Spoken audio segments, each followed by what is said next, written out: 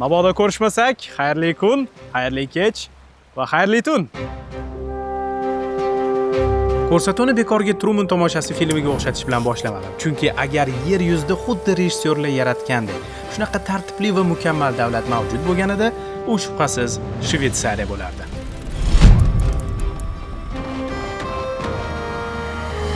Bu davlatda prezident yo'q, lekin ishlaydigan qonunlar bor. Bu davlatda armiya yo'q, lekin ideal himoya bor. Bu davlatda neft yo'q, lekin butun dunyo pullari mujassam. Bu davlatda poytaxt yo'q, chunki har bir shahar alohida davlatdek.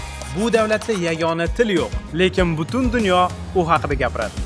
Nahotki Yevropaning yuragida joylashgan, lekin na Yevropa ittifoqi, na NATOga kiradigan bu mamlakat dunyodagi eng ideal davlat bo'lsa, yoki bu yerda boshqa gap bormi?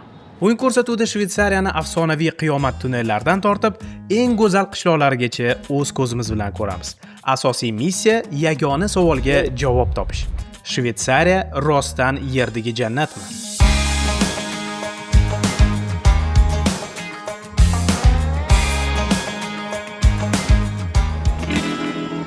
O'zi Shvetsariyaga Istanbul orqali bitta dona peresadka bilan ham borsa bo'ladi. Lekin menda Ispaniya Shengeni. Bu degani men Toshkent Istanbul, Istanbul Madrid, Madrid Syurix qilib parvoz o'ziga 20 soat vaqt sarflashimga to'g'ri keladi. Lekin yaxshamki menda doim Aviasales.uz ilovasi bor. Rostdan ham hamma sayohatlarimda meni eng yaxshi hamrohlarimdan biri aynan mana shu ilova bo'ladi. Chunki uni ishlatish juda ham oson va tushunarli. Shunchaki manzilni kiritasiz va sanalarni tanlaysiz va ilova sizga eng arzon aviachiptalardan tortib, eng optimal, eng tez, yukli, yuksiz, tranzitli, to'g'ridan to'g'ri va yana ko'plab tanlovlarni taqdim qiladi va narxlar dinamikasini ko'rsatib beradi. Siz bo'lsa byudjetingizdan kelib chiqqan holatda chiptalarni xarid qilsangiz bo'ldi. Video ostidagi havola orqali Aviasales.uz ilovasini yuklab oling. Chunki bu istalgan sayohatchi uchun must have. Shvetsariya haqida shu yoshimgacha menimcha boshqa istalgan davlatga nisbatan ko'proq eshitgan bo'lsam kerak. Qattiq chiroyli tabiat bo'lsa, Shvetsariya tabiati bilan solishtirishadi. Hamma aniq va sifatli ishlaydigan narsalarni Shvetsariya soatlariga o'xshatishadi. Shvetsariya banklari bo'lsa, ishonch so'zini sinonimiga aylangandek. Ha, bu safar sizga ko'rsatadigan davlatim haqiqatdan juda ham o'zgacha. Agar bunga hali ham shubha qilayotgan bo'lsangiz, yaxshilab eshiting. Bu davlatda bizning tushunchamizdagi kuchli prezident yo'q. Asosiy qarorlarni xalq qabul qiladi. Bu dunyodagi eng xavfsiz davlatlardan, lekin qurol aholi jonboshiga hisoblaganda Iroqdan ham ko'p. Bu davlat 200 yildan beri dunyodagi hech qaysi urushlarda qatnashmaydi, lekin har bir fuqaro uchun bunkerda boshpana bor. Bu davlatda suv shunchalik tozaki, ko'chadagi fontanlardan bemalol to'ldirib ichsangiz bo'ladi. Bu davlatda sigirlarni vertolyotda transportirovka qilishadi. Bu davlatda shunaqa kupyurasi borki, uni so'mdagi qiymati 15 milliondan oshiq. Bitta kupyura 15 milliondan oshiq. Tasavvur qilasizmi? Bu emas. Buni oldiga bitta nol qo'shish kerak. U kupyurani olishga to'g'risini aytsam pulim yetmadi. Shuning uchun faqat rasmini ko'rsata qolaman. Mana 1000 Shvetsariya franki. Dunyodagi eng kuchli 3 ta kupyuradan biri. Bu davlat tog'larni teshib, trassa va temir yo'llar qurish bo'yicha absolyut chempion. Hattoki tog'larni ichidan o'tkazilgan temir yo'l orqali poyezdga mashinangizni ortib o'tishingiz mumkin. Eshitilishi hatto quloqni kesadi. Yana bu davlat bayrog'i dunyodagi 3 ta nostandart shakldagi bayroqlardan biri. Bu davlatda 14% aholisi dollarda millioner, o'rtacha oylik bo'lsa taxminan 8,5 ming dollar. Va bu davlatda 475 xil turdagi pishloq, sutli shokolad va zamonaviy internet paydo bo'lgan. Bu davlat deb hamma faktlarni aytadigan bo'lsam, ko'rsatuv tugab qolishi aniq. Keling undan ko'ra hammasini shunchaki ko'rsatishga harakat qilaman.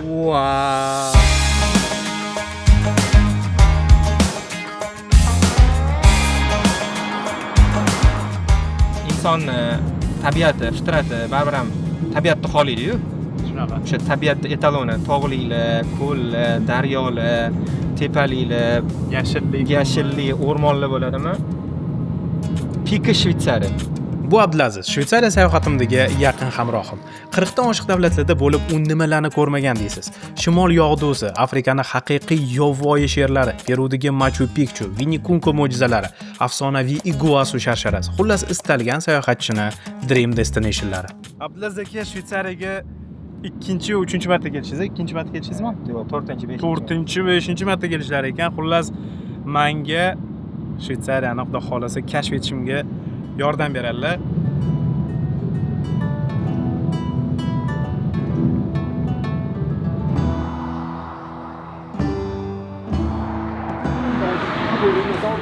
Hello.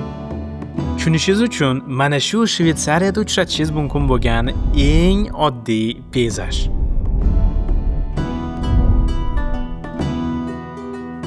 Bu davlatda tirbandligi faqat mashinalar sabab bo'lmaydi. Ba'zi qishloqlarda sigirlar soni odamlardan ham ko'p. Shuning uchun yo'llarda bu jonivorlarning haqqi odamlardan kam emas. Eng qizig'i, hech kim signal ham chalmaydi, jahl ham qilmaydi. Chunki bu muammo emas, balki an'ana. Sigir mana nima haqiqiy avtoritet. Shvetsariya sigirlari haqiqiy elita. Har bir sigirning o'zining ID kartasi, surati va ismi bor. Fermerlar o'z mollarini qo'shnilarini tanigandek birma-bir tanishadi. To'g'ri, chorvachilik bu davlatda soatlardek boy qilmayapti, lekin aynan shu soha Shvetsariyaning o'ziga xos belgisi. Tashrif qog'oziga aylangan desak bo'ladi. Sigirlar beradigan go'sht, tabiiy sut, undan keyin tayyorlanadigan turli xildagi pishloqlar butun dunyoda juda ham mashhur. Aynan shunaqa 100 yillardan beri bir xil retsept asosida tayyorlanadigan pishloqqa o'zimiz tatib ko'rish uchun umuman turistik bo'lmagan, ya'ni haqiqiy shvetsarcha qishloqqa borishga qaror qildik.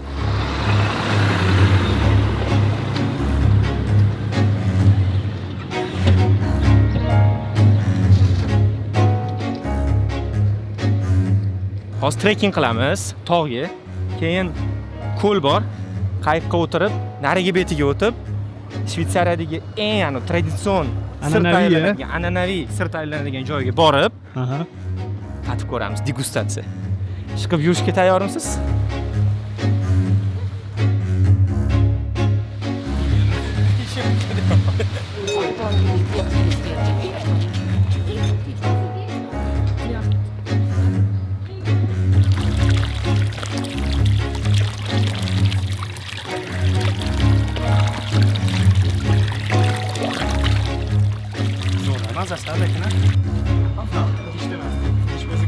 Qishloqqa yetib borish uchun 1 soat davomida tinmasdan tikka qiyalik bo'ylab hayk qilishga to'g'ri keldi. Videoda bu chiroyli ko'rinayotgan bo'lishi mumkin, lekin ishoninglar, bu yengilgina sayr emas.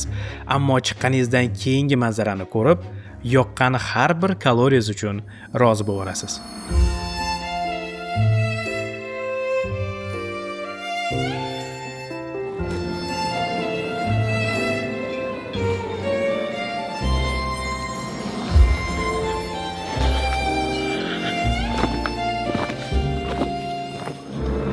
Endi ko'lning narigi betiga qayiqda o'tib bo'ldi.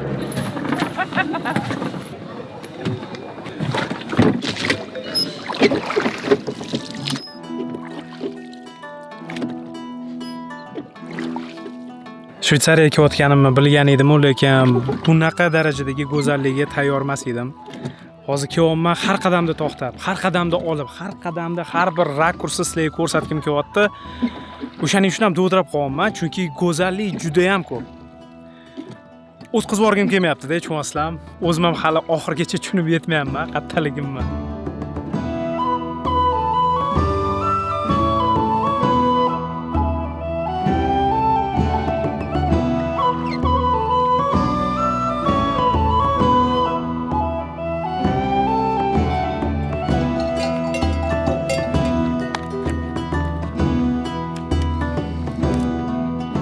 Bizga o'zbek tilida aytganda barra deydi-ku, svejiynicha, svejiy. Yangi Shvetsariya mollaridan. Qo'yib berishdi. Hozir ichib ko'ramiz. Bismillah.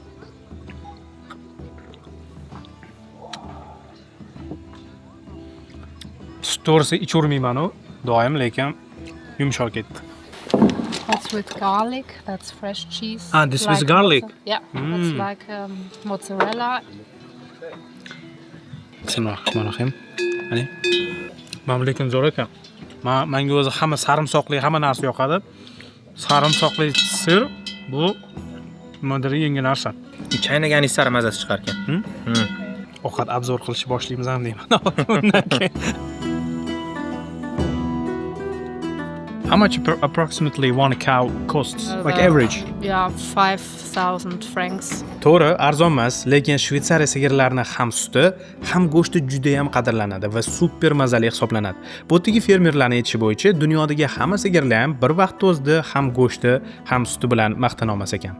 But the black and white cows, maybe you know from Germany, Holsteiner cow, that's just for producing milk. You won't eat this cow, it's not so And this But one? tasty. Man, They are this one is tasty. tasty. Yes. Et otdilar. Sorry. Bu hech qanaqa siri yo'q. Shveysariya sigirlari juda ham mazali mahsulotlar berishini asosiy sababi ularning ozuqasida. Ya'ni sigirlar faqat tabiiy yashillik va qurigan o'tlar bilan oziqlanishadi. Ya'ni bu mollarning ratsionida hech qanaqa ortiqcha genetik modifikatsiyaga uchragan, ya'ni GMOlar yo'q. Ular tog'larga chiqib ketishi mumkin, Alplarning tepasiga chiqib ketishi mumkin va agar mabodo qaysidir sigir oyog'i sinib qolsa yoki lat yeb o'zi qaytib tusha olmasa, uni vertolyotda pastga olib tushadi. Vertolyotda sigirni bizda nima qilishgan bo'lardi aka, agar mabodo tepada qolib ketsa. Shunday o'shatdi o'zida, shashlik qilib. Qanaqasiga soatlari, texnologiyalari va banklari bilan dunyoga mashhur davlatda oddiy sigir shuncha ahamiyatli bo'lishi mumkin? Buni javobi geografiyada. Shveysariyada na neft bor, na dengizga chiqish. Bug'doy ekish mumkin bo'lgan katta dalalar ham bu davlatda yo'q. Buni o'rniga bir-biridan baland Alp tog'lari yu ularni yon bag'ridagi keng yaylovlar. Sigirlar uchun ideal muhit. Ya'ni chorvachilik Shveysariyani tanlov emas, balki qaysidir ma'noda qismati degan bo'ladi. Nestle, Lindt yoki Hochthof kabi mahalliy brendlarning milliard dollarlik imperiyasi ham aynan mana shu jonivorlar ustiga qurilgan. Shuning uchun sigirlarni bu yerda alohida hurmat qilishadi. To'g'risini Shveysariyada sigir bo'lish mazzami?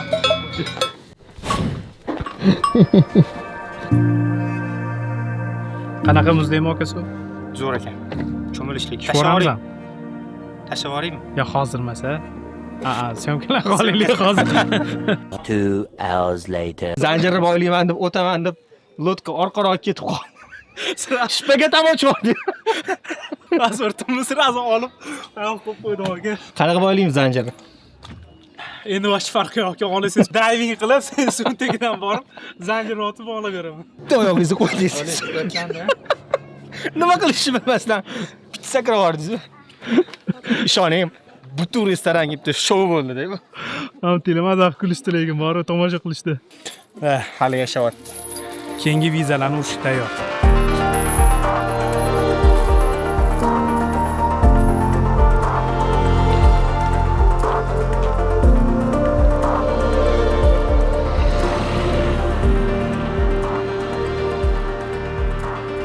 Shveysariya iqtisodiyoti neftga emas, balki intellektga qurilgan. Bu bo'lsa bizga bitta juda ham muhim mesajni yetkazadi. Boy bolasi bo'lib tug'ilgan taqdiringizda ham agar mamta rivojlantirmasangiz, hamma bolinglarni bir pasda ko'kka sovurib yuborishingiz mumkin. Lekin agar miyani rivojlantiradigan bo'lsangiz, siz hech qachon kam bo'lmaysiz. Bunda bo'lsa sizga ProWeb IT maktabi yordam berishi mumkin. Naq 15 yildan beri faoliyat yuritib keladigan ProWebda siz 3D grafika, dasturlash, SMM, dizayn va video montaj kabi zamonaviy kasblarni o'rganishingiz mumkin. Agar qaysi kasb aynan sizga to'g'ri kelishini bilmayotgan bo'lsangiz, video ostidagi havola orqali bepul ochiq darsdan ro'yxatdan o'ting va amalda o'zingizni birinchi loyihangizni yaratib ko'ring. Biza bo'lsa Shveysariyaga qaytamiz. Ehtiyot bo'linglar, hozir shokka tushiradigan fakt aytaman. Shveysariyada shvedlar yashamaydi. Bilaman, buni ko'pchilik biladi. Endi mabodo kimdir adashtirsa, shvedlar Shvetsiyada yashaydi.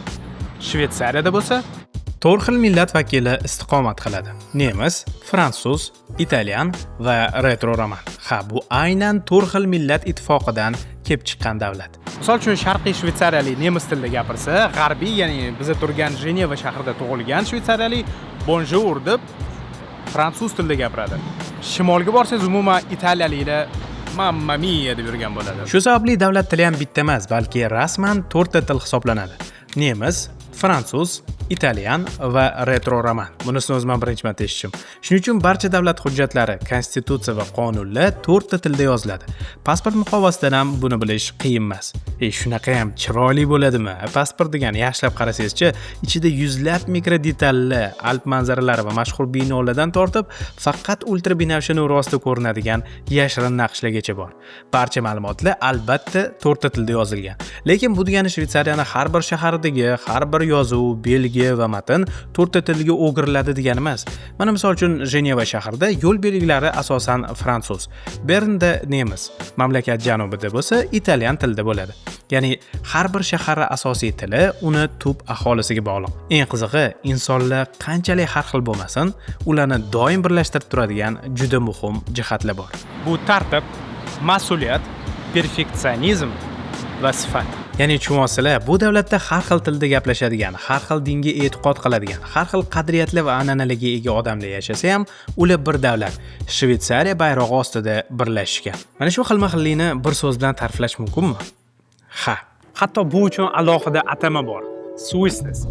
Swissness bu Shveysariya brendini bildiradigan istalgan narsa, xoh bu inson bo'lsin, xoh buyum. Mana misol uchun o'zini ishini hech qanaqa balandparvoz gaplasiz, puxta va sifatli qiladigan inson bu Swissness. Yoki Shveysariya soatlari, Swiss Watch, Rolex, Omega, bu Swissness. Yoki Lindt shokoladlari. Har bir plitkada sinalgan retsept. Lekin hech qanaqa agressiv marketing yo'q. Swissness. Xullas, Swissness bu Shveysariyani madaniy kodi. Keyingi safar siz kutayotgan avtobus yoki metro o'z vaqtida kelsa, nimaga o'xshatishi endi bilasiz. Faqatgina Shveysariyada. Bernga keldik. Odamlar uyidan ishga mashinada emas, piyoda emas, velosipedda ham emas, hattoki suvda oqib borishadi. Hozir ko'ramiz. O'zimiz ham oqamiz. Hamma narsa sifatli va aniq ishlaydi degani shveysariyaliklar ishga mukkasidan ketib hayotdan zavqlanishni unutib qo'ygan degani emas. Aksincha, ular hattoki ishga borish va qaytishni ham juda ham kreativ yo'lni o'ylab topishgan.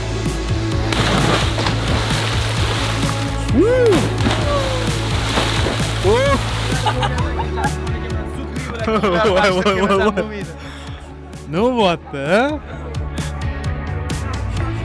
Work. We have a bridge in the work. I work in a restaurant and we have a bridge and it's like 10 meters height and we jump from there. Ba'zi odamlar o'zi bilan gidro sumkalar olishadi va uni ichiga kiyimlarini, telefonni, yana boshqa narsalarni, o'zi bilan olgan narsalarni soladi va mana shunaqa ko'priklardan sakrashadi. Va o'zini manziliga yetib borgandan keyin tashqariga chiqib, yana o'sha kiyimlarni almashtirib ketishadi. Shveysariyada jamoat transporti bu darajada rivojlanib ketgan deb o'ylamagan edim. Menimcha bu shaharda harakatlanishi eng tirbandlisiz usuli. Dunyodagi eng tabiiy jamoat transporti.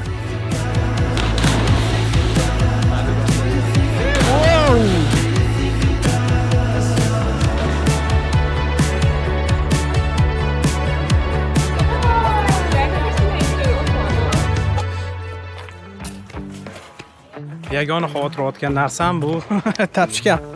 Turbo rejimda-da. Oyoqlarni tashlashyapti, lekin ba'zilar. Kechib ola qoling. Hech bo'lmay. Ha. Bir kuchga sakraymiz.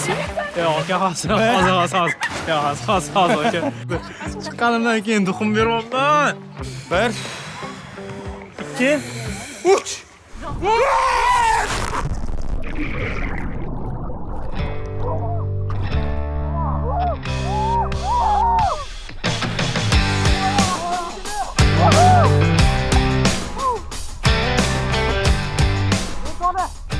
Agar sizlar qachondir shunaqa qaror qabul qilishingiz kerak bo'lsa, uzoq o'ylamanglar. Uzoq o'ylashinglar, aniq fikringlardan qaytasiz menga o'xshasa.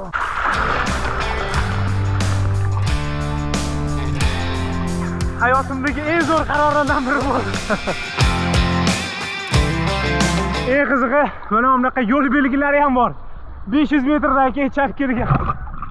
Bu yo'l belgisi borku, suv belgisi, suv belgisi. Повтор, go! Go!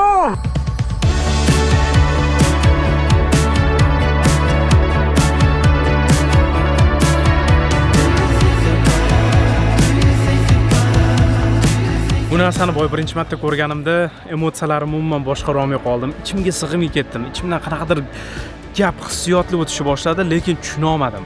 Mana vaqt o'tib, o'zim bosib olganimdan keyin shuni tushunyapmanki, ichimdan bir dona fikr o'tgan ekan. Men ham shunaqa yashagim kelyapti. Ya'ni qaysi ma'noda shveysariyaliklar o'zini qadrini biladi. O'ziga vaqt ajratadi, oilasiga vaqt ajratadi, sportga vaqt ajratadi, rivojlanishga vaqt ajratadi. Mana misol uchun kecha yakshanba kuni, undan oldingi kuni shanba kuni deyarli hech qayoq ishlagani yo'q, hamma yoq dam olgan. Maksimum yakshanba kuni topishingiz mumkin bo'lgan narsa bu yoqilg'i quyish shoxobchasidagi do'kon u ham bo'lsa soat 10 gacha yoki 11 gacha ishlaydi. Ko'ryapsizlar.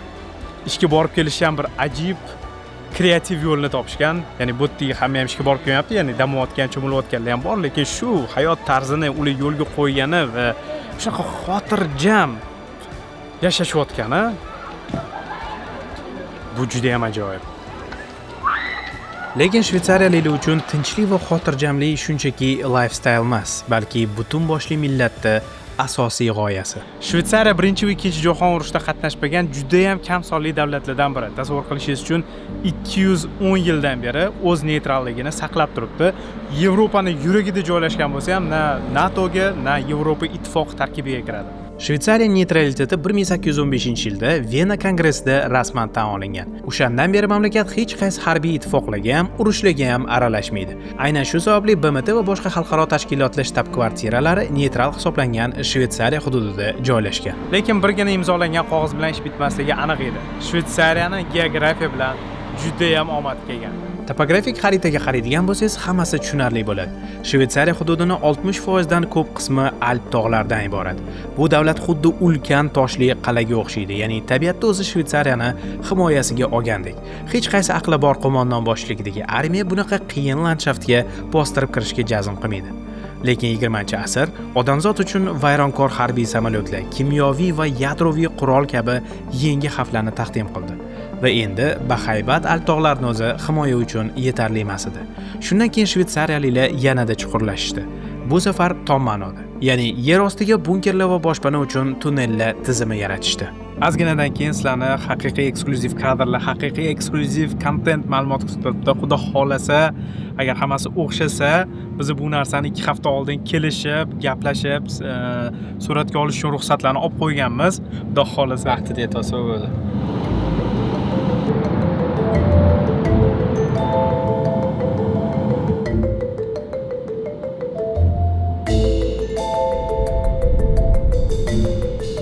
Asosiysi ulgurib vaqtida yetib keldik. Lekin meni hayron qoldirgan narsa, qanaqasiga bu darajada strategik ahamiyatga ega bo'lgan obyekt panaroq joyda emas, balki shundoqqina shahar markazida joylashgan.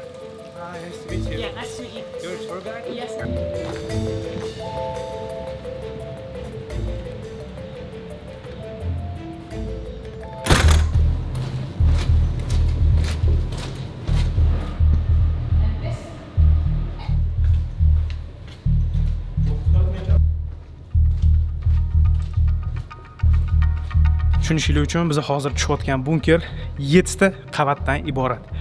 Yeri tagiga 20 metr qazib qurilgan bunker.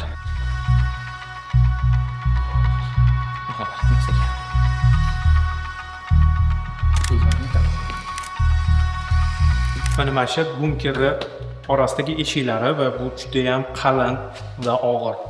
Bitta odam albatta buni ochib yopa oladi, lekin itarayotganimda sezaman qanchalik og'irligini.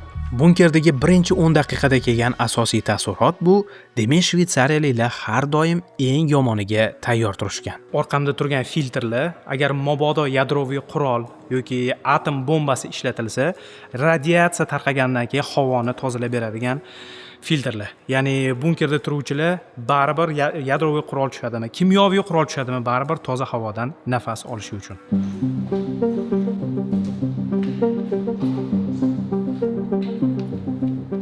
Tushunishingiz uchun mana shu taxminan 35 kvadrat metr joyi ichida 64 ta yotoq bor. Tasavvur qilishingiz uchun mana shunaqa xonadan 12 tasida 700 tacha odam turadi va shu 700 ta odamga 23 ta hojatxona mo'ljallangan. Navbatlarni tasavvur qilasizlar.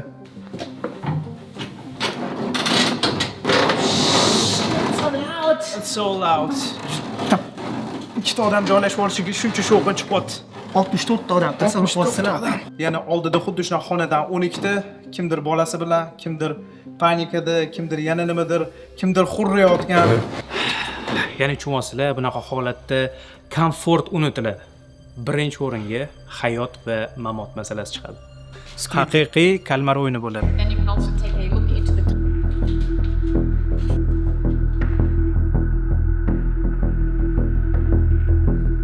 bitta hojatxona uchun mana shunaqa juda ham kichkina joy. Shu kadr uchun uzr, shunchaki ko'rsatib berishga. Mana bu yerda mana bunaqa salafan bor. O'tirasiz, ishingizni bajarasiz.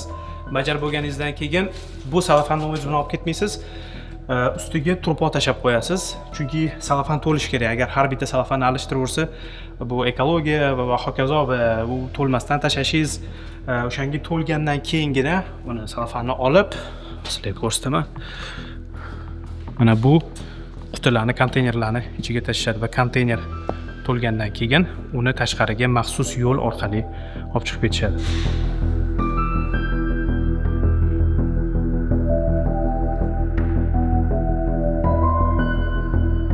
Mana bu bo'lsa o'rtoqlar Shvetsariyani o'sha paytdagi propagandasi. Ya'ni bunkerlarni shunaqa juda ham qulay, shinam va romantik joy qilib ko'rsatishgan. Va mana bu devorlardagi sariq juda ham ko'zga yoqadigan rang bekorga qilinmagan ekan. Mana bu yerda misol uchun yashil rang bu orqali boshpanada turadigan insonlarga xotirjamlik hissini berishar ekan. Ya'ni quyosh va yashillikka eslatib turish uchun. Qo'y shunisini ham o'ylashgan. People in the hospital. It's too dangerous. So Ko'rib turganingizdek ovqatlar ham hammasi konservada yoki tayyor qadoqlangan ovqatlar, ya'ni qanaqadir kartoshka, guruchga o'xshagan narsalarni bu yerga olib kela olmaysiz, chunki tasavvur qiling, boya aytdim, 700 ta odam bitta joyda yashaydi. Qanaqa qilib 700 ta odam endi ovqat tayyorlaydi, qovuradi, qaynatadi va hokazo yo'q. Shuning uchun har doim mana shunaqa konservalangan yoki tayyor qadoqdagi ovqatlarni olib kelishadi. Va shunaqa holatlar bo'lishi mumkin, bunaqa ovqatlarni bir-biridan o'g'irlashi mumkin, ovqat qolmasa, yana shunaqa qanaqadir xaos yuzaga kelishi mumkin. 8 hours. Still there.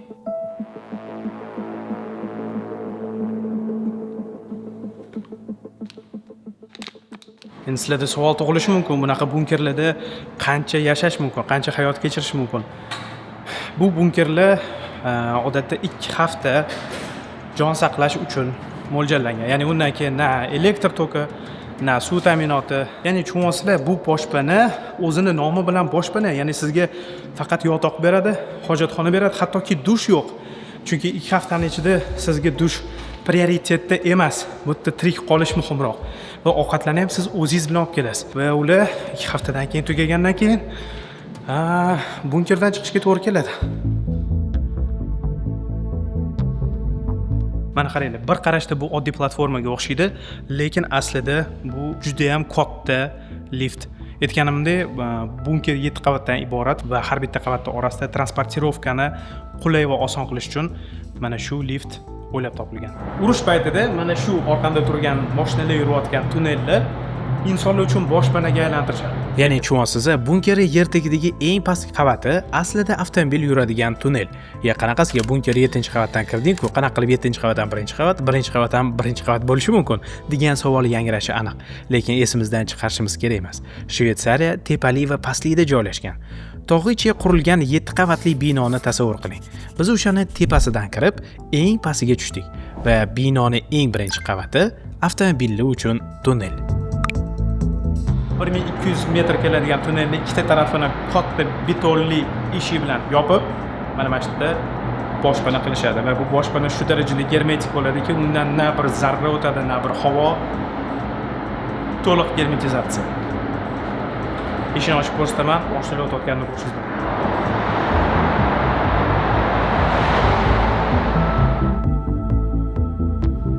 Odatda bunkerlar fuqarolarni uylarda, podvalda o'rnatilgan bo'lgan, integratsiya qilingan bo'ladi. Lekin o'sha sovuq urush davrigacha qurilgan uylarda bunker bo'lmaganligi uchun ulardagi odamlar aynan mana shunaqa jamoat bunkerlarga kelib jon saqlashadi. Ya'ni bir so'z bilan aytganda Shvetsariyada har bir fuqaro uchun bunker bor. Rasmiy ma'lumotga ko'ra, aynan mana shu bunker qurilishiga 50 million dollardan oshiq mablag' ketgan. Bunaqa bunkerlardan butun Shvetsariyada yana Xudo biladi nechta. Tan olaylik, bu norma emas. Hattoki urushdan bosh chiqmaydigan davlatlar ham bunaqa darajadagi bunkerlar tizimini shu paytgacha qurishmagan. Eng qizig'i, Shvetsariyadagi mana shu boshpanalar qurilgandan beri hali biror marta ishlatilmagan. Shoshib gapirganim uchun uzr. Vaqtimiz juda ham chegaralangan edi. O'sha vaqt ichida hamma narsani olib, ko'rsatib sizlarga gapirib berishga ulgurishim kerak edi va o'zi umuman bu bunkerlarga 1 yil ichida sanoqli marta tur tashkillashtirib berishadi va uning ichiga kirganingizdan keyin sizda ma'lum bir vaqt bo'ladi, 2 soat vaqt bo'ladi. O'sha 2 soat ichida siz shunchaki tur qilmaysiz. Endi men shunchaki tur qilmadim, men sizlarga ham gapirib berishim kerak edi. Eng qiziq tarafi Shveysariya neytral. 200 yildan beri hech qaysi davlat bilan urushmaydi, lekin urushga maksimal darajada tayyorlangan. Mana shu paradoks meni juda ham hayron qoldirdi. Lekin bundan ham qiziq paradoks mana shundoqqina shahar markazidagi do'konda kutayotgan edi. Qurol, do'kon. O'rtoqlar, men hozir qanaqadir Arizona, Kaliforniya yoki Texasda emasman. Men Yevropadagi, yo'q, dunyodagi eng xavfsiz davlatlardan biri Shveysariyaman. Va bu davlatda har bir erkakning uyida qurol bor. Va tushunishinglar uchun aholi jon boshiga Iroqdan ko'ra ko'proq shveysariyaliklar uyida qurol saqlaydi. Chunki bu yerda biza tushunchamizdagi oddiy armiya yo'q. Bu yerda har bir erkak bu soldat, lekin uyidan turib soldat. O'shaning uchun ham uni uyida favqulodda holatlar uchun qurol turishi kerak. Lekin uni ishlatishmasa ham kerak. Shveysariyada 18 yoshga to'lgan har bir erkak majburiy harbiy xizmatdan o'tishi shart. Bu taxminan 4-5 oy davom etadi va shundan keyin u o'z hayotiga yana qaytadi. Lekin armiya uni to'liq qo'yib yormaydi. 35 yoshgacha u doimiy o'quv mashg'ulotlaridan o'tib turishi va o'zini uyida harbiy forma va qurollarni saqlashi kerak bo'ladi. Ya'ni tasavvur qiling, sizning qo'shningiz buxgalter yoki o'qituvchi bo'lishi mumkin, lekin shkafida SIG 550 miltig'i va harbiy formasi bor. Tushunasiz, Shveysariya armiyasi bu alohida shakllangan bir guruh emas, balki mamlakatdagi barcha voyaga yetgan erkaklar.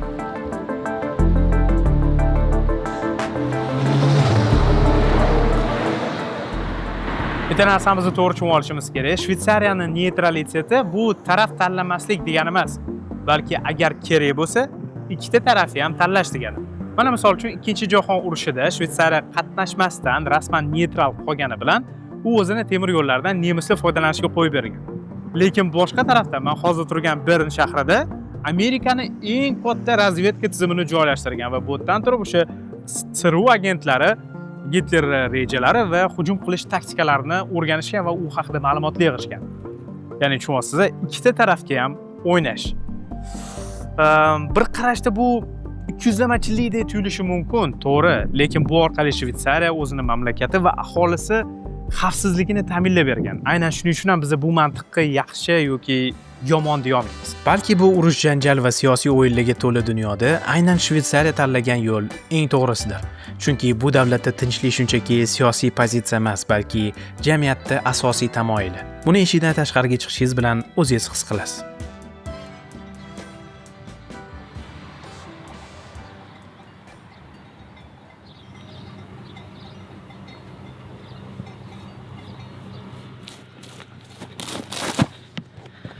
Eshitayapsizlarmi sizlar ham? To'g'ri, meni eshitmayapsizlar. Chunki hech qanaqa shovqin yo'q. Men boshda o'yladim, ertalab turganimda, hozir ertalab, o'shaning uchun hali ko'chaga hech kim chiqmagan. Kechqurun qaytyapmiz mehmonxonaga. Yana hech kim yo'q. Kechqurun o'shaning uchun hech kim yo'q, hamma uyga kirib ketgan. Yo'q, har doim shunaqa. Odamlar ko'chada juda ham kam. Faqat mashinalar o'tib qaytishi mumkin. Faqat shu mashinaning ovozini eshitasiz, xolos, mana hozir o'tib qaytyapti. O'shaning uchun menimcha shveysariyaliklar mashinani ham ovozini taqiqlab qo'yishmoqchi va ba'zi shaharlarda rostdan ham mashina kirishi mumkin emas. Bilasizlarmi? Tinchlik shveysariyaliklar uchun o'zbeklar uchun oshdek gap. Hamma yaxshi ko'radi. Xuddi tinchlik degan bitta kodeks bor. Unga hamma shundoq ham amal qiladi. Chunki amal qilmasa ham bo'lmaydi. Amal qilmasa jarimaga tortishadi.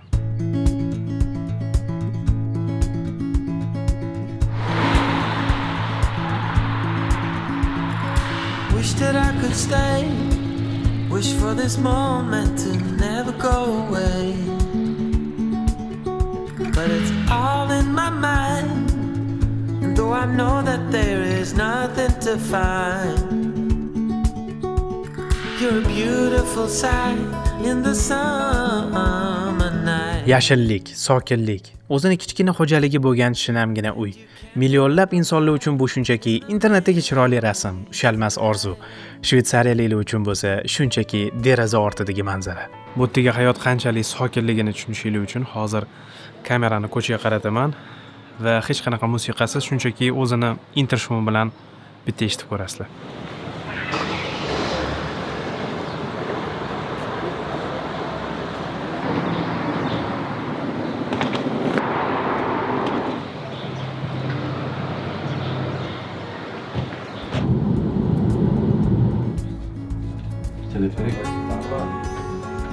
Tabiat bu darajada kino bo'la olishini bilmagan edim. Ishonasizlarmi, istalgan hozir rakursga qo'yaman kadrni. Har bir rakurs filmga, ijod namunasiga aylanadi. Men zo'r videograf emasman. Tabiatni o'zi men uchun hamma ish qilyapti. We're all on our own, but you're the most beautiful I've ever known. Texnologiyalar rivojlanyapti-yu, telefon. Ba'zi odam mana shunaqa joyga kelganda, ana qalbi taskin topar ekanda. Telefonda 1 soat reels ko'rib o'tirsak ham bunchalik maza qilmaymiz-da. Balkim bizga unaqa biza orzu qilayotgan sivilizatsiya kerak emasdir. Xohlagan taqdirimda ham buni boricha ko'rsatib bera olmayman. Qaniydi agar imkon bo'lganda har bittanglarga ko'zimni berib o'sha narsani ko'rsatgan bo'lardim.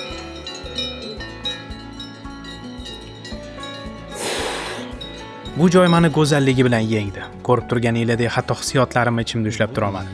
Aslida bu joyga mashhur Ocean Sea ko'lini tezda dronda suratga olib, yo'limizda davom etish uchun kelgan edik. Okey, o'rtoqlar, biz bu yerda o'zi yarim soatgina qolmoqchi edik, chunki boradigan joylarimiz hali juda ham ko'p, vaqtimiz tig'iz. Lekin o'zingizlar ko'rdinglar nima bo'lganini. O'shaning uchun biz qolishga qaror qildik. Va bu hayotimdagi eng to'g'ri qarorlardan bo'ldi.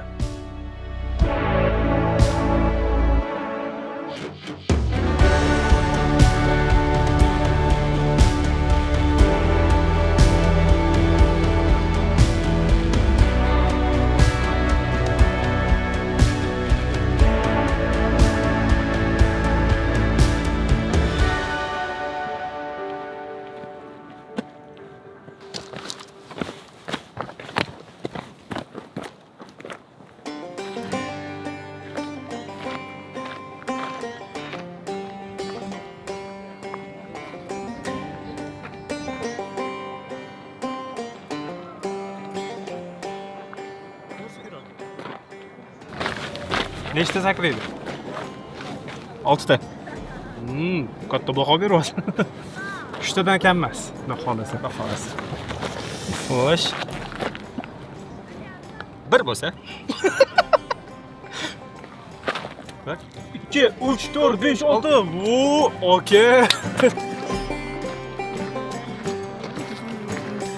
Manzara shu darajada chiroyliligidan 8 soatlik mashaqqatli haykingga qiyinchiligi umuman bilinmadi. Eng asosiysi tog'dagi sharsharlardan tep-tekinga oqib turadigan muzdek va top-toza suv bor. Har qadamda to'xtab, suvni to'ldirib, to'yib ichib yo'limizda davom etaverdik.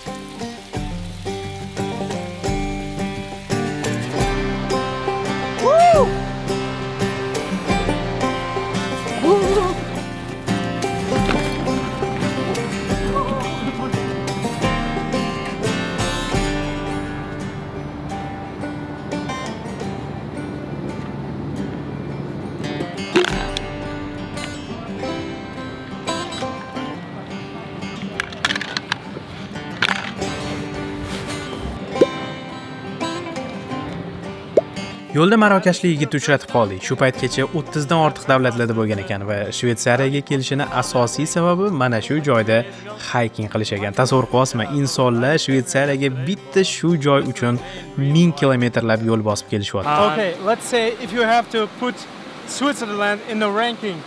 Nature number 1. Nature number 1. number 1. You can't beat it. 2 soatdan beri qiynalib, terlab chiqolmanda, men bilan yurishini qaraydi. Hech nima bo'lmaganda. Nima bu? Qachon chiqib oldinglar sizlar?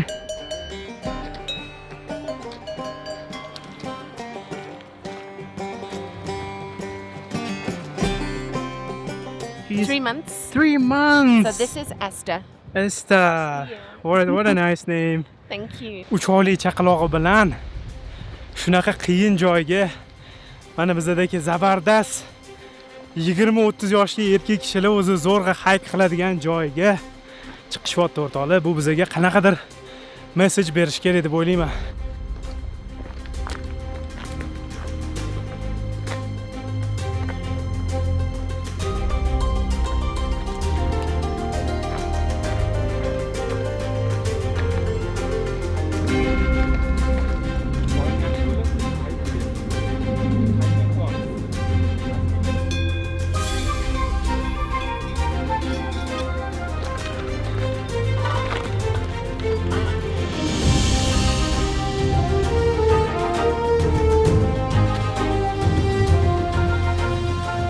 30 ming qadam, 8 soat vaqt va nihoyat biza kerakli tepaligiga yetib keldik.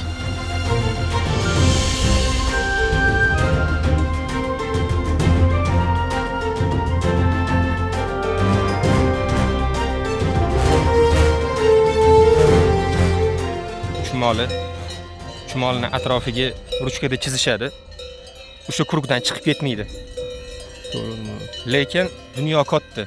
Buni akvariumdagi baliqqa o'xshatadigan bo'lsak, dumaloq akvariumda ichida bitta dona baliq.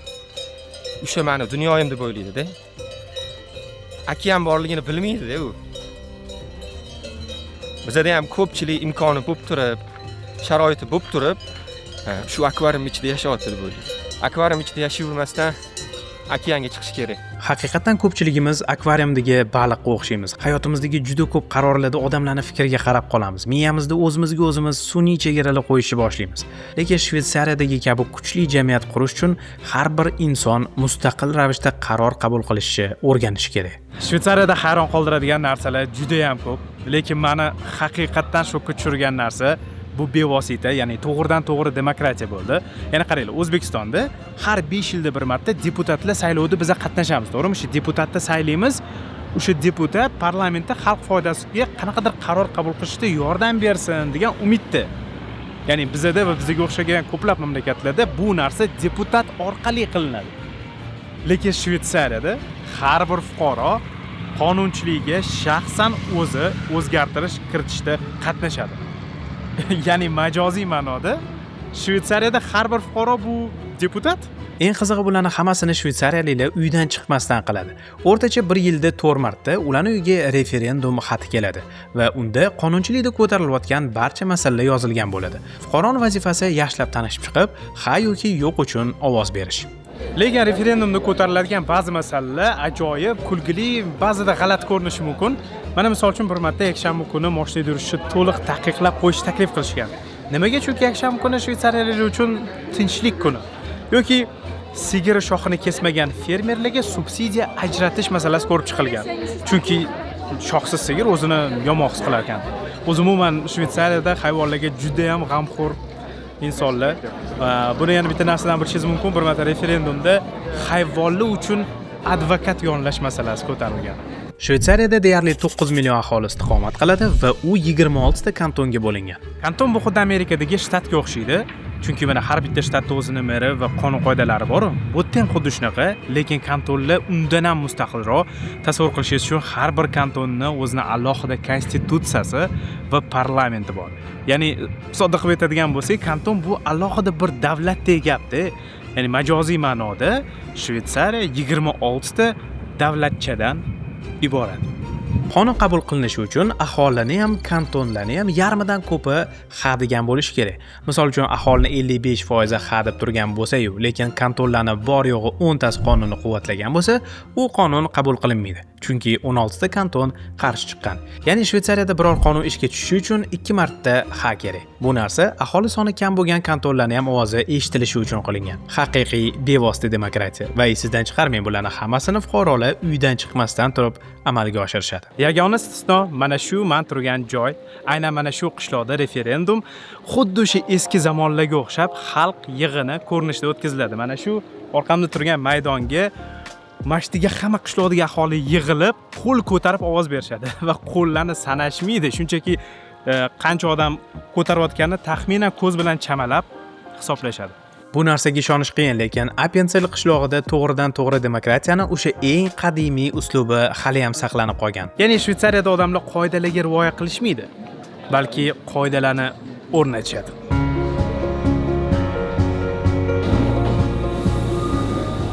Shvetsariya poyezdlari juda ham tartibli va chiroyli. Qanaqa jamiyat bo'lsa, shunaqa poyezdlar deydi-yu. Soniya-soniyasigacha aniqlikda ishlashi bilan birga, u sizni eng go'zal manzillarga juda ham oson yetkaza oladi. Panorama oynasidan ochiladigan manzaralarni qo'yili gapirmay qo'yaylik. Bunaqa poyezddacha 8 soat yursangiz ham charchog'i umuman bilinmaydi. Biz yo'l olgan manzil bo'lsa, Shvetsariyadagi yo'q, dunyodagi, buni bemalol ayta olaman, eng ertaknamo joy. Marhamat. Lauterbrunnen qishlog'iga xush kelibsiz.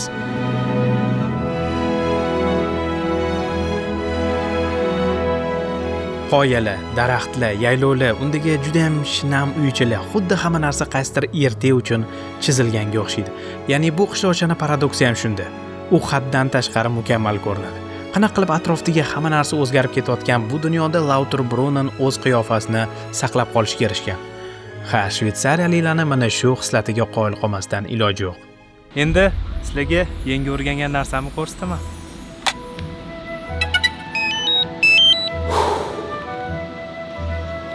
Wow!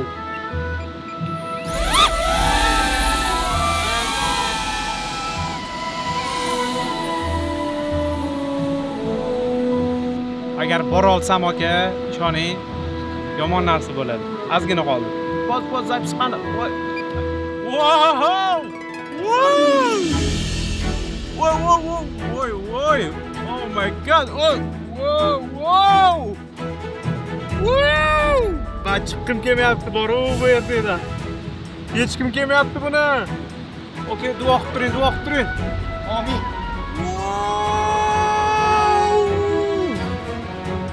Og'izdan o'tib ketdim shunda.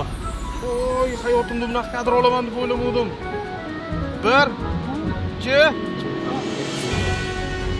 3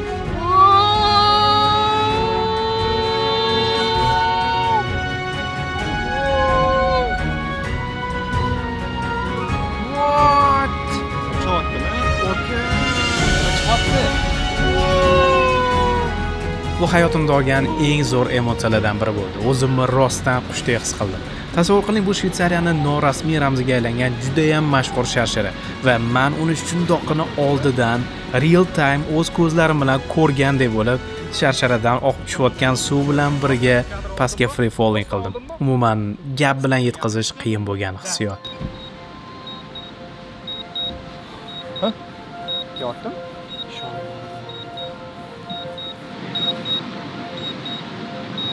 Ozginadan keyin yomg'ir yog'yapti va bilasizlarmi, yomg'irdagi Shvetsariya bu umuman o'zgacha Shvetsariya. Jiqqa ho'l lekin shunaqa baxtliman. Voy, qachon yana kelaman Shvetsariyaga o'zingiz o'ylaydi. Qanaqa havo, do'lmi, yomg'irmi, qormi? Voy, nima farqi bor? Men Shvetsariyadaman. O'ziga yarasha gashti bor-a? Qo'l bo'lib tushgan. Mazza yo'q aka. Hammasi bor. Feel the moment. Wow! Go'zallikni qaranglar, go'zallikni.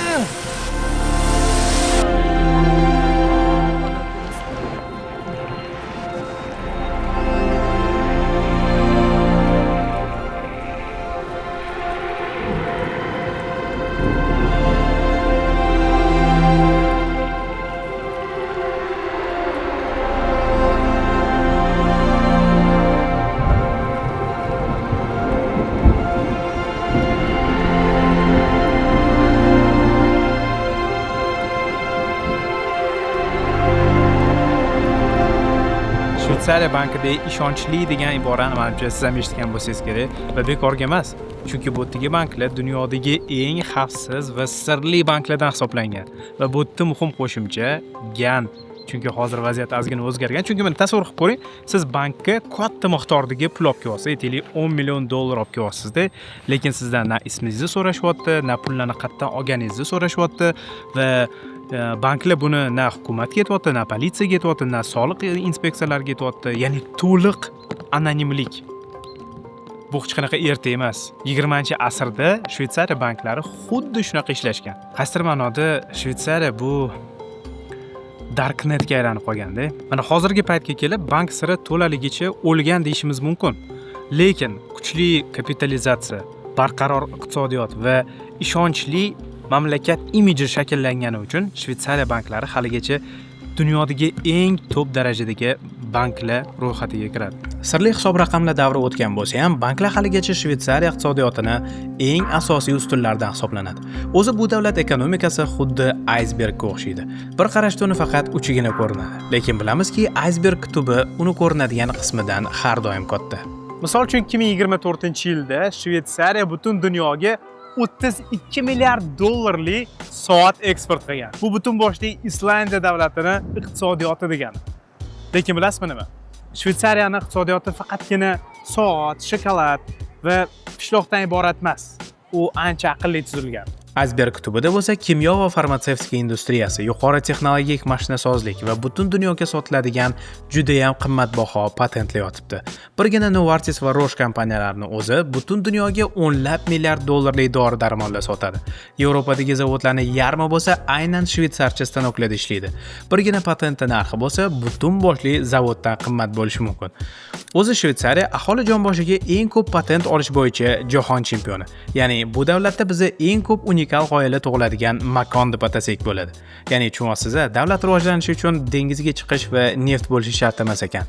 Chunki Shvetsariya bilimni pulga aylantirish mumkinligini isbotlab qo'ydi. Xo'p, ana endi eng asosiy savol. Shunda Shvetsariya ideal davlatmi?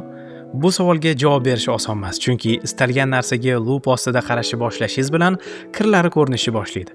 Shvetsariyaning kamchiliklari ham yetarlicha. Birinchi navbatda narxlar. Unaqa tartib, sifat va chiroy ortida albatta juda ham qimmat narxlar va soliqlar yotadi. Oddiy misol, mana shu chumchuni ketidagi oddiy mehmonxonada bir tun qolishi narxi $260. Tasavvur qilasizmi? Bu narxga qo'shni Italiyadan dengizga qaragan butun boshli villa olsa bo'ladi. Taksi narxlari bo'lsa umuman mazamni qochirib qo'ydi. Uyalmasdan oshib borishini qaranglar o'rtoqlar. Shunaqa ham tez oshib boradimi, yo'qmi, mana mashina 1-2 ko'paytirasizlar-da, dollarda necha pulligini bilishingiz uchun. Hozir o'zida 37, 38. Aeroportdan mehmonxonagacha 13 kilometr yo'l uchun $100 to'ladim. Bundan qimmat taksi faqat Nyu-Yorkda ko'rganman. Mana bu kamtarona tushligimiz bo'lsa, naq $70 ga tushdi. Paradoks qarangki, dunyodagi eng boy davlatlarning birida 60% aholi ijarada yashaydi. Birinchidan uylarning narxi juda ham qimmat. Misol uchun Syurixdagi mana shu ko'rkamgina uy narxi $3,200,000. Tushunishingiz uchun bu pulga qo'shni Fransiyadan qasr sotib olsa bo'ladi. Ikkinchidan, shvetsariyaliklar uchun ijarada turish bu ok. Ya'ni ular men o'zimni uyim bo'lishi kerak, men o'zimdan keyin bolalarimga uy qoldirishim kerak degan mantiqda yashashmas ekan. Ularga bu normal holat ekan. Ya'ni uydan uyga ko'chib yurish, ijarada doim turish, umrni oxirigacha ijarada turish bular uchun absolut normal holat. Bir so'z bilan aytganda Shvetsariyada hayot juda ham qimmat turadi, lekin bu yerdagi insonlar mana shu tartib, xavfsizlik va sifat uchun bundan ham ko'p berishga tayyordir. Shvetsariya haqidagi so'nggi xulosamni aytishdan oldin sizlarga bir joy ko'rsatmoqchiman. Bu joyga kelish to'g'risi anchadan beri orzu qilardim. Menimcha ko'rsatuv va kulminatsiyasi uchun ideal tanlov.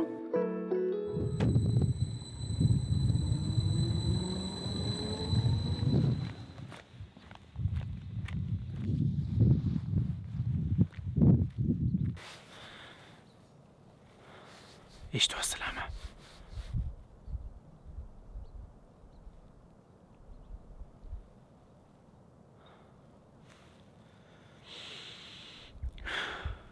Hattoki o'zim miyamdagi fikrlarim eshitilyapti. Shu darajada tinch.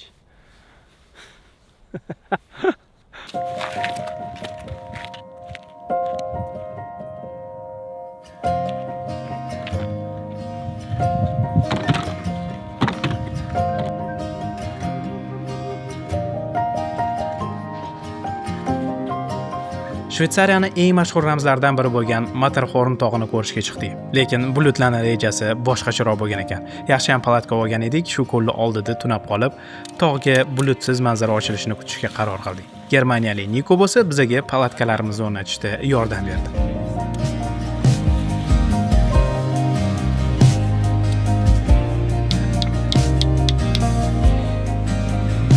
Ertasi kun tongda ob-havo bulutsiz bo'lishi va'da qilgan edi. Kechasi palatkada qolib, mana shu suratlarni oldim. Bu darajadagi sanoqsiz milliardlagan yulduzlarni birinchi marta ko'rishim va bu o'z umuman hayotimdagi birinchi astrofotografiyalar.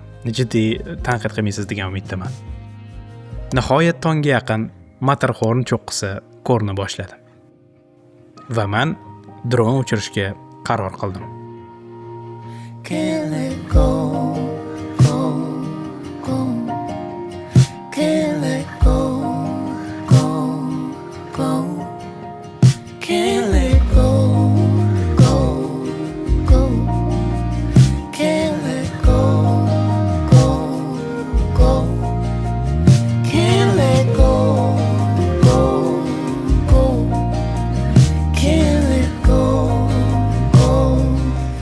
Havo butunlay ochilib ketgandan keyin bo'lsa, mana bu kadrlarni oldim.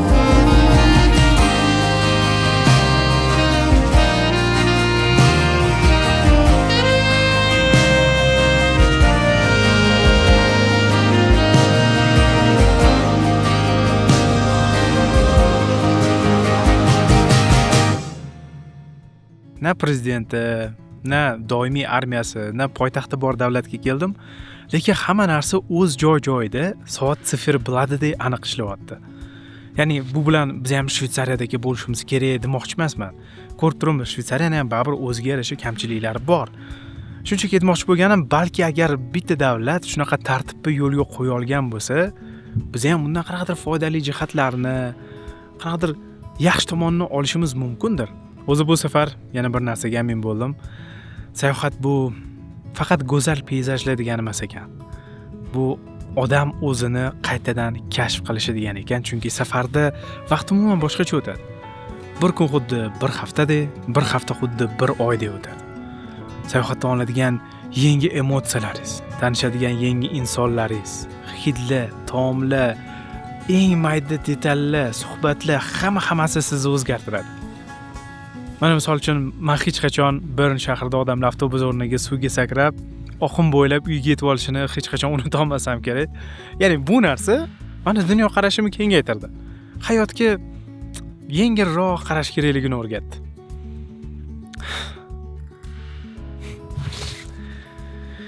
Ko'rsatuv so'ngida an'anamizga sodiq qolgan tarzda pulli to'y hashamga emas, sayohatga sarflang.